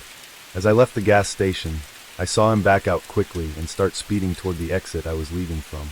I floored it, going through a red light and just speeding down the road until I got to where more cars were. The truck tried to follow me for a minute, but then turned away. Once I was safe, I called the police, but really nothing came of it. In the heat of the moment, I never even thought to check the man's license plate, though thinking back, I'm not sure if he even had one. I don't know what he was doing, or what would have happened if I didn't leave when I did, but knowing that I was so close to finding out is still horrifying. Story 24. It was January, and I was renting out a winter cabin that was by an ice fishing lake. It was a very small, bare-bones cabin with only the essentials, and was only there for people like me who liked going out to the lake for fishing or ice fishing. I'd usually bring a friend along with me, but sometimes I went by myself and never had any issues with it. I had planned out 3 days there, with no other real plans in mind except sitting out by the lake and fishing. On the first day when I got there, I set up my things in the cabin and made myself at home brewing some hot coffee and relaxing by the fireplace for most of the afternoon. This cabin was only a single room, so the bed, fireplace, and everything else was all in one area. Anyway, I fell asleep early and woke up at 7 a.m. to go out to the lake. It was about a 10-minute walk from the cabin, down a short forested path that was entirely covered in snow. Once I reached the lake, I found a good spot and got my things situated, drilled into the ice and started fishing. I find it to be really stress-releasing to just sit there and fish, though I do know a lot of people find it to be boring. I stayed on the lake for several hours, probably 3 or 4, then packed my things as the snow was starting to pick up, and the wind was getting heavier. I walked off the lake and back onto the path, but immediately noticed a set of footprints in the snow going alongside mine from earlier. They went right up to the edge of the lake I was at, then turned around and went back down the path toward the cabin. Feeling a little uneasy that someone was out here and had been right behind me, maybe watching me, I chose to follow the prints and see where they led. They mostly went along with the path, going right back to the cabin, but instead of going up to the cabin, they veered off into the woods. As far as I could see, they continued in a straight line, going through the trees. Even more confused and slightly nervous, I went back inside the cabin and warmed up by the fireplace. There was nothing else out here for miles from what I was aware of, so anyone being out here was just odd, especially in the winter. I made food and stayed in the cabin for the rest of the night, keeping the fireplace running and mostly just reading. But about an hour after sunset, I heard movement outside, a very light crunching in the snow, but in the recognizable pattern of someone walking. I moved over to the window and looked, instantly seeing a figure out by the trees, walking toward the path. They were wearing thick clothing, covering every part of them, making it hard to get any details on what they looked like. Once they got to the path, though, they turned and started coming right for the cabin. I ducked my head down, now just listening to the footsteps getting closer and closer until they were right up to the wall. The footsteps moved to the side, coming right up to the window I was hiding under. Their shadow moved around, like they were peering inside the cabin, but then they stopped. I tilted my head up, seeing their eyes staring right back at me. I jumped away. I was now standing a few feet from the window as the person quickly tried to lift it open. I ran and grabbed a nearby knife, but after a few more attempts at opening the window, the person ran off. I watched their figure disappear into the snowy woods, going in the same direction I'd seen them come from. After that, I packed up and ran for my car, leaving the area only a few minutes later. I don't know who they were or what they wanted, but they knew I was staying there after seeing me at the lake, and willingly came back in the middle of the night to try and break in through the window, so they definitely had something horrible in mind. Luckily I got out unharmed, but I have a feeling that night was close to being my last. 2 years ago, I spent Christmas with my roommate. We were both in college and were splitting rent on a small home in the suburbs outside of the campus. Neither of our families apparently were really big on Christmas, and we were also kind of broke, so we stayed home for winter break. We still did a bit of decorating, and had gotten each other some cheap little gifts, so we could have our own small Christmas. But other than that, we mostly planned on watching movies and maybe going to a party at night. On Christmas Day, we opened up our gifts and hung out, and around 5, my roommate wanted to go to a party by the campus. I had planned on going too, but for some reason, I was just tired and not really in the mood to go out. I encouraged him to go if he wanted to, and he took up on the offer, heading out by 6. I sat back and ate some junk food, watching TV, and just relaxing, I guess. But then around 8, I just felt like getting up and doing something. With no places open, I grabbed my jacket and decided to go for a walk around to look at the houses with Christmas lights. It was cold out, but not insanely freezing. I walked around the neighborhood and through one of the nearby parks, but while I was walking through a portion of the path, I passed by a man sitting on a bench. Now this part of the path was covered in trees and not by any houses, and the man was just sitting there alone. It was actually kind of sad, but when I passed by, he looked up at me and just gave me this really cold look. It was very strange and made me even more curious why he was out here. I walked quicker, reaching the end of the path and turning back to go home. The rest of the walk, all I was thinking about was the man and what he was up to. Something about his look just gave me a bad feeling. I got to the house and opened the front door, closing it behind me and taking my shoes off. But before I even started walking away, I heard a thump right outside the door. It startled me, having come so quickly after I'd gotten inside. I leaned over and looked through the peephole. It was the man from the path, standing on the porch and staring at the door. His face was completely blank. No smile or frown. Just empty. I cracked open the door. "Are you okay?" The man looked at me with his emotionless eyes and didn't say a word. I asked again if he was okay or if he needed anything, but he didn't speak. Getting weirded out, I closed the door and went back to looking out the peephole. The man stayed there for at least a whole minute, then walked off to the side of the door until he was out of my view. I looked over, seeing the window curtains were open, giving the man a view into my house. For some reason, now I didn't want the man to see me, so I was afraid to go close the curtains. All he could probably view, though, was the Christmas tree and the couch, but it was still really unnerving knowing he was looking into my home. As I stood in place, trying to think of what to do next, a dull thud came from outside the window. I quickly stepped back and looked, seeing the man slam a large rock against the glass. His eyes were still glazed over with no emotion, making it look even more terrifying. I ran and locked myself in a room while I dialed 911, hearing the man continue to repeatedly hit the window. After a few hits, there was a pause. Then it began again, but it sounded like he may have moved to hitting the front door. This went on for what felt like several minutes before finally it went quiet. When police pulled in, the man was nowhere around. Outside, though, there were multiple cracks in the window, and the door had entire chunks of wood smashed out and laying on the ground. The police seemed to think that it was just an intoxicated person based on the information I told them, and he likely had no real reason to target me specifically.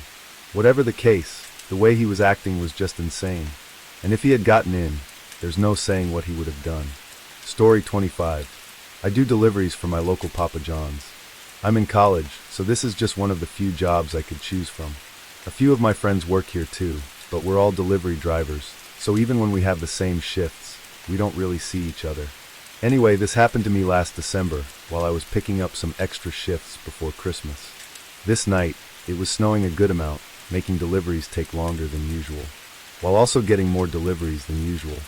I was never too stressed about work, though having to go non-stop for hours on end was definitely not as enjoyable.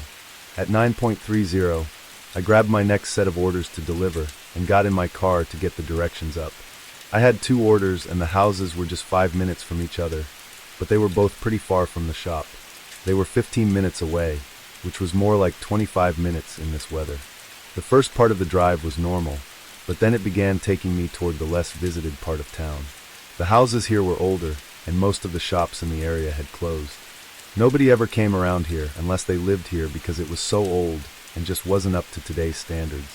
After 20 minutes of driving, I pulled into one of the neighborhoods and drove down the road toward the first house. The road was very bare. No cars parked on the side, and most of the houses kind of looked empty. Once I got to the first address, I parked on the road and walked up to the front door. A kind old man answered the door and paid for the pizza. Then I went back and set the directions for the next house. It was in the same neighborhood, but I realized as I drove that it was taking me deeper into the neighborhood, to the point where there were less houses and more space between them. By the time I got to the address, I couldn't see any other houses around. It was just trees surrounding the area. Again, I parked on the street and walked up to the front door. I knocked and waited patiently on the porch. It was pretty cold out though, and the snow making my clothes soaked wasn't helping. Finally, after a minute, the door opened. It was a middle-aged woman, who looked like she'd just woken up. Her hair was messy, and she had tired, emotionless eyes. "I have your order here for 2 pizzas," I said, holding out the boxes and giving her the total to pay. She took the boxes and placed them on the table next to her, then told me to wait a moment for her to get cash. Another minute went by before they opened the door again. She started sifting through some cash, counting it slowly and trying to add it all up. There was definitely something weird about her. It's hard to pinpoint what it was exactly, but everything she was doing was just very odd. Then, as if she wasn't struggling enough on counting the cash, she started up small talk with me. Normal stuff, like how my day was and all that. I responded politely, but it was just really weird, like she was stalling. At some point while she was talking, I looked back at my car just to distance myself from the uncomfortable situation for a moment, but I was quick to see a man standing right next to it. He was looking in the windows and doing something to the door, but when I looked back at the woman, Her face had shifted into anger. I figured it all out too late, though, as she reached out and grabbed me, then started yelling to the man by my car. He turned around and started sprinting towards us as the woman tried to pull me into the house. I pushed her away and broke free. Then my instincts took hold of me, and I sprinted into the trees. I could hear the man's heavy footsteps crunching in the snow behind me all the way through the forest until finally they started to fade away. After 2 minutes of sprinting, I stopped to catch my breath. Luckily, the moon was lighting up the forest enough for me to navigate through it and back to one of the streets in the neighborhood. I called 911 once I got service, and after 10 minutes of waiting in the cold, an officer arrived. Another patrol car went to the house, finding the man outside in the act of trying to break into my car. To keep things from dragging on, basically the motive was likely due to the couple running out of money and resorting to robbing my vehicle. The whole distraction was so that the man could rob my car without me ever knowing. But since I saw what he was doing, it's not really clear what they would have done. Maybe they would have just let me go, but it's obvious I would have reported them, so I don't think it's likely they would have. I'm just thankful for getting away unharmed, and for being the first victim they tried it on before getting arrested, and never having the chance to do anything to anyone else. Been a police officer for my county for almost a decade. I've seen some crazy and disturbing things, sometimes making me question why I even chose this career path. But what happened on this night still sticks with me, and is often the event that I think about the most. It was nearing the end of winter, but where I'm located it stays cold until about mid-spring. This night I was set to be on patrol of the major highway for most of my shift. On a typical night I would probably stop 2 or 3 cars for speeding, and otherwise wouldn't do much else. Sometimes a call for backup would come in, but usually patrol shifts were the most boring and uneventful. I was driving along the highway, doing the usual circle until about 2 a.m. when I passed a car on the side of the road that wasn't there before. Its lights were off, and it was far on the shoulder of the highway, so I didn't see it until I was already passing it. I turned off the next exit and made an entire circle, taking 15 minutes before I got back to where I'd seen it. I was under the assumption it was just an abandoned, broken-down vehicle that maybe I didn't notice before, so I wasn't in a rush. I pulled in behind it, parking about 15 feet away and leaving my headlights on. I called in to report that I was investigating a presumably empty vehicle on the southbound highway. Then I got out with my flashlight and walked up to the car. But my first impression was of how old it was. It looked like something from the 90s and was rusted all over, along with dents and scratches. I walked up to the driver's side window and held my flashlight up. Nobody was inside, but as I shined it around, I happened to notice some really worrying signs. There was a pile of clothes in the back seat, looking like they belonged to a young woman, but the way they were scattered around just didn't look right. I moved around to the other side of the vehicle, but a faint sound from behind me caught my attention. I quickly turned and pointed my flashlight out into the woods surrounding the highway, and immediately the sound stopped, but I had heard enough to know that it was footsteps. Someone was walking out there, maybe even watching me. I yelled out, directing them to move into the light with their hands raised. A moment passed, then I yelled again, but it was silent. I felt my heart beating in my chest as I called in to update on the situation and get back up to come. I stood there, staring into the woods and honestly fearing for my life. If something had happened here, there would be reason for whoever was out there to try and stop me from finding out. I held up my firearm and moved further behind the car, still keeping an eye on the tree line, but not exposing my whole body. The next 5 minutes were brutally nerve-wracking, but finally another officer pulled onto the scene, and right away I heard footsteps sprinting further into the woods. We immediately got to searching the vehicle, and it was clear that something was going on, but searching the woods in the middle of the night, while someone likely dangerous was out there, was not a safe option. Along with indicators of violence, we found an empty ammo package, so it's also likely that they had a firearm on them. Knowing someone was out there watching me the whole time, maybe even having me in the sights of their weapon, is one of the most unnerving feelings. Even to just think about. The following day we were able to get more information and run a more thorough investigation, but the car was untraceable, and although some shoe prints were found in the woods, they faded out pretty quick without any direction. What really happened that night still remains an open case with no leads on suspects or victims, which now has just left me unable to stop thinking about it. Story 26. For years ago, I rented an Airbnb to stay in for the holidays. I was seeing my family for the week of Christmas, so I got a place that was just a few miles away. When I arrived on December 20th, everything was exactly as I thought it was. The place was a very regular house in a very normal neighborhood. Overall, I was satisfied. I'd gotten there around 6 o'clock on that first day though, and I didn't feel like going out to see anyone until I'd gotten a good night's rest. So I stayed in and relaxed for the rest of the night, watching some TV and even getting a little bit of work done as well. I got in bed just before 10 and fell asleep, but in the middle of the night I slowly woke to a noise coming from downstairs. I was still half asleep and didn't even check the time, but it sounded like a few small thumps against the wall, coming from somewhere in the house. As I listened to the noises, I didn't really feel worried or anything, but rather just thought that it was the house making these sounds. I only stayed awake for a minute before drifting into sleep again, and I don't recall waking up any other times during the night. By morning, I had forgotten and didn't even think about those noises I was hearing. Again, I was pretty sure it was just the AC unit or something. Anyway, I let my family know I'd made it into town, and we got our plans set for dinner at their place. I relaxed at the Airbnb for the whole morning and afternoon until I was ready to head out. I grabbed my bag and keys, then walked up to the front door to exit the house. But when I opened it, I was face to face with a man standing right in front of me on the porch. It completely caught me off guard, and I just stood there looking at him for a second before even saying anything. "Can I help you?" I asked. The man didn't knock or ring the doorbell, which made me start thinking of how long he could have been standing there for, and just why he was here to begin with. He didn't respond to my question though, and instead just nodded then walked away. I watched him go down to the sidewalk and just continue walking down the street until he was gone. I can't see any situation where this wouldn't be strange and creepy. Why was he at the Airbnb?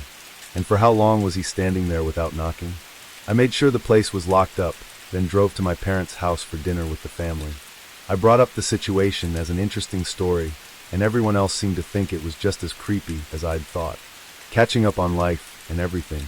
But that whole night, I couldn't stop thinking about that man, and if my things I'd left at the Airbnb were going to be stolen or something.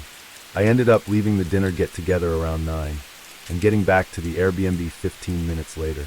I parked in the driveway and walked up to the front door, looking around for any obvious signs of someone having been there while I was gone, but I didn't see anything. I unlocked the door and stepped in. I walked down to the end of the hallway and into the kitchen, dropping my keys and bag on the counter, but then there was a sudden thump. It was just the same as the ones I'd heard the previous night, but now that I was downstairs, it was far louder and clearly coming from one side of the house. I slowly stepped into the room, near where the sound was coming from, but then the thump came again from a door, right next to me.